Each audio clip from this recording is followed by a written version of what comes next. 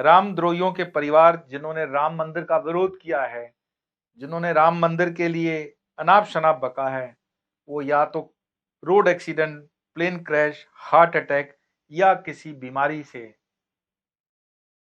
मृत्यु को प्राप्त होने वाले हैं। ये बहुत जल्दी 1-1.5 वर्ष के अंदर की ही गणना है।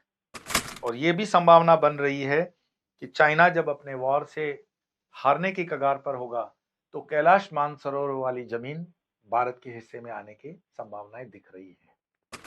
नमस्कार, नमो नारायण। जैसा कि मैंने हमेशा कहा है कि मैं भविष्यवक्ता नहीं हूँ। भविष्यवाणी करना संन्यास के इसमें व्यक्तिगत तौर से नहीं देखा जाता, लेकिन राष्ट्र है, धर्म है, उसके लिए कुछ भविष्यवाणियां जो ज्ञानियों ने, परज्ञानियों ने की हुई है और जिनसे संपर्क हुआ, जिनके विषय में हम मिले, उसको मैं आपके साथ शेयर करना चाहता हूं। और उन सब चीजों का मिलान करके, जिसको कहते हैं ना कि रेती और मोती मिल गए हों, तो सिर्फ मोती मोती मैं आपके लिए लाया हूं। ऐसी 14 भविष्यवाणियां मैं आपके साथ आज शेयर करने जा रहा हूं, जो 2024 से आने वाले 2039 तक आपको मार्गदर्शन बताती हैं कि भारत किस दिशा में जा रहा है। सबसे पहली भविष्यवाणी है कि भारत के अंदर बहुत जल्दी 2 वर्ष के अंदर अंदर न्याय तंत्र में सुप्रीम कोर्ट द्वारा आमूलचूल परिवर्तन की संभावनाएं दिख रही हैं। और उनके कुछ निर्णय कुछ राजनीतिक पार्टियों के लिए तो होंगे, परंतु धार्मिक नेताओं और धार्मिक मठ मंदिरों के लिए भी होंगे। कई धार्मिक संगठन उससे थोड़े बहुत प्रभावित अपने को महसूस करेंगे और हो सकता है देश में अराजकता फैलाने का भी प्रयास करेंगे। ये न्याय तंत्र को लग करके मैंने आपको बताई है भविष्यवाणी, जो 2 वर्ष के अंदर ही हो जाएगी। दूसरा है, इसी न्याय तंत्र के परिवर्तन से कुछ पार्टियों के वरिष्ठ नेताओं को सजा होने वाली है और उस सजा के कारण वो शायद देश छोड़ करके भागेंगे भी, और उस सजा के कारण कुछ सदमे से मर भी जाएंगे। और ये कार्य 2 साल के अंदर ही सुप्रीम कोर्ट द्वारा हो जाएगा। तीसरा है, न्याय तंत्र से ही लगता है 2-3 साल के अंदर काशी और मथुरा के फैसले भी जल्दी सुप्रीम कोर्ट में आने की संभावना है।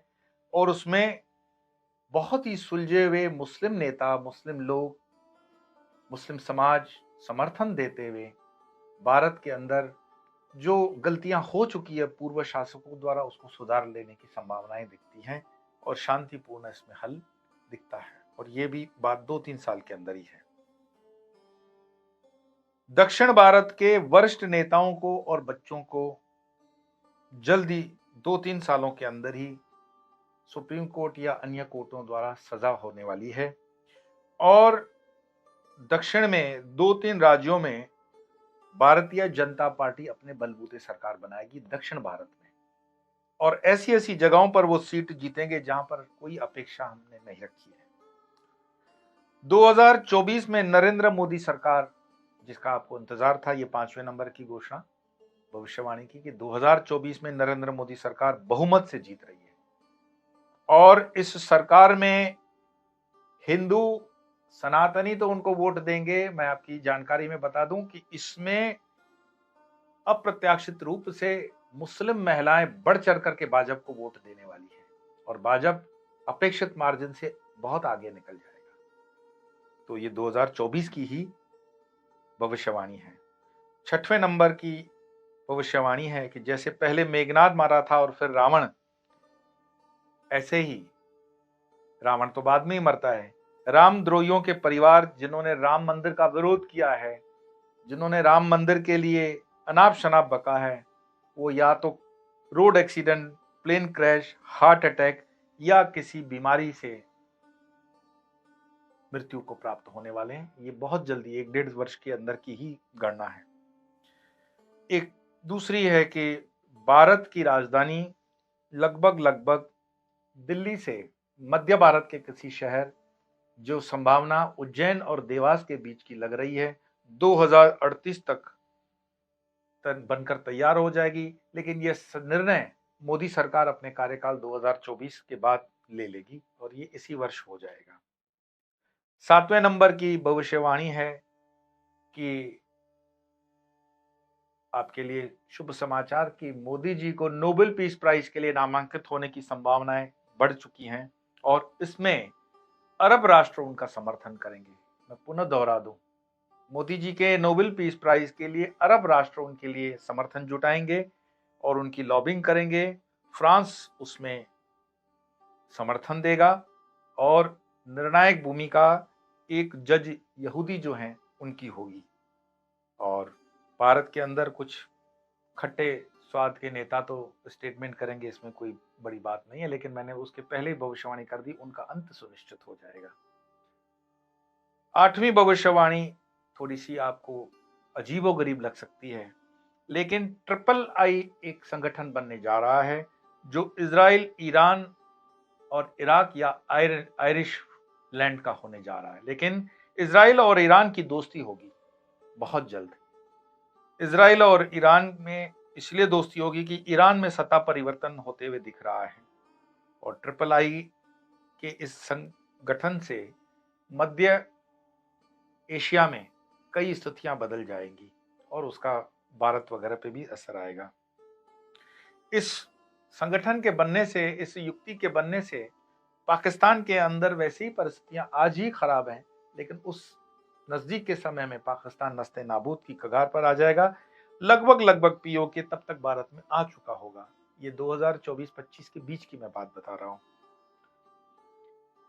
भारत के साथ अफगानिस्तान मित्रता और बढ़ाएगा और मजबूत करेगा और ट्रिपल आई जो ये संगठन इजराइल, ईरान और इंडिया का बन रहा है, उसमें अफगानिस्तान महत्वपूर्ण भूमिका निभाएगा। चाइना के अंदर गृह युद्ध होने की संभावनाएं दिख रही हैं। चाइना के अंदर गृह युद्ध होगा और अगर दलाई लामा और उनके सहयोगी रणनीतिक रूप से अच्छे निर्णय लें तो तिब्बत को स्वायत्तता प्रदान हो सकती है और विश्व स्तर पर तिब्बत को समर्थन देने के लिए कई देश आगे आएंगे, जिसमें भारत प्रमुख होगा। और ये भी संभावना बन रही है कि चाइना जब अपने वॉर से हारने की कगार पर होगा तो कैलाश मानसरोवर वाली जमीन भारत के हिस्से में आने की संभावनाएं दिख रही है। भारत यूनाइटेड नेशंस की पूर्ण सदस्यता बहुत जल्दी प्राप्त करने जा रहा है और भारत यूनाइटेड नेशंस की पूर्ण सदस्यता प्राप्त करने के बाद उसका नेतृत्व करते हुए कई जगहों पर ऐतिहासिक अगवानी करेगा और वो निर्णय आने वाले समय में स्वर्ण अक्षरों में लिखे जाएंगे। बहुत जल्द 24-25 के ही इस वर्ष में भारत संघ राज्य की स्थापना और विस्तार लेगी। भारत के संघ राज्य में भूटान, नेपाल, पाकिस्तान, श्रीलंका, म्यांमार, अफगानिस्तान यानी कि सार्क के लगभग सारे देश भारत के साथ ही एकजुट रहेंगे और इन सभी देशों का डिफेंस, फॉरेन अफेयर्स और करेंसी एक होगी।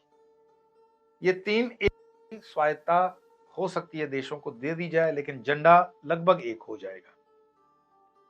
14वीं और अंतिम भविष्यवाणी है कि थोड़ी जिसके लिए आपको चिंता करनी चाहिए कि जो धर्म से जुड़े रहे हैं वो तो ठीक बच जाएंगे, लेकिन अधर्म से जुड़े हुए जिन्होंने अधर्म किया है उनके लिए तकलीफें बहुत जल्दी बढ़ने वाली हैं।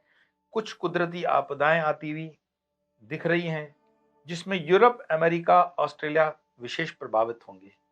भारत के तटीय क्षेत्र जो हैं वो प्रभावित होंगे सुनामी, तूफान इत्यादि से, और कई राज्यों में जहां पर जनता जनार्दन ने अधर्म का सहारा दिया है उनको परेशानी हो सकती है। मैं हमेशा कहता हूं कि धर्म के साथ रहना, न्याय के साथ रहना, सत्य के साथ रहना, क्योंकि परमात्मा के न्याय तंत्र में अन्याय होने की कोई संभावना नहीं है। और आपको लगता है कि कहीं कोई गलती हुई है या होने जा रही है तो उसको रोकना और उसको सुधारने का प्रयास कर्म के माध्यम से आपके हाथ में है। ये भविष्यवाणियां मैं खुलकर बोल दूं, ये भविष्यवाणियां कुछ गणनाओं के ऊपर हैं और कुछ विद्वत जनों के द्वारा कही हुई मैंने उद्धृत पुनः से की है। ये भविष्यवाणियां देश काल परिस्थिति के अनुरूप कभी थोड़ी इधर उधर हो सकती हैं समय काल में, परंतु इसको कोई मिटा नहीं सकता। पिछले दिनों जब मैं दादा गुरुजी से भरूच में मिला था तो हमारे बीच जो संवाद हुआ वो 2040 तक का उन्होंने रूपरेखा बताई कि क्या क्या होने वाला है।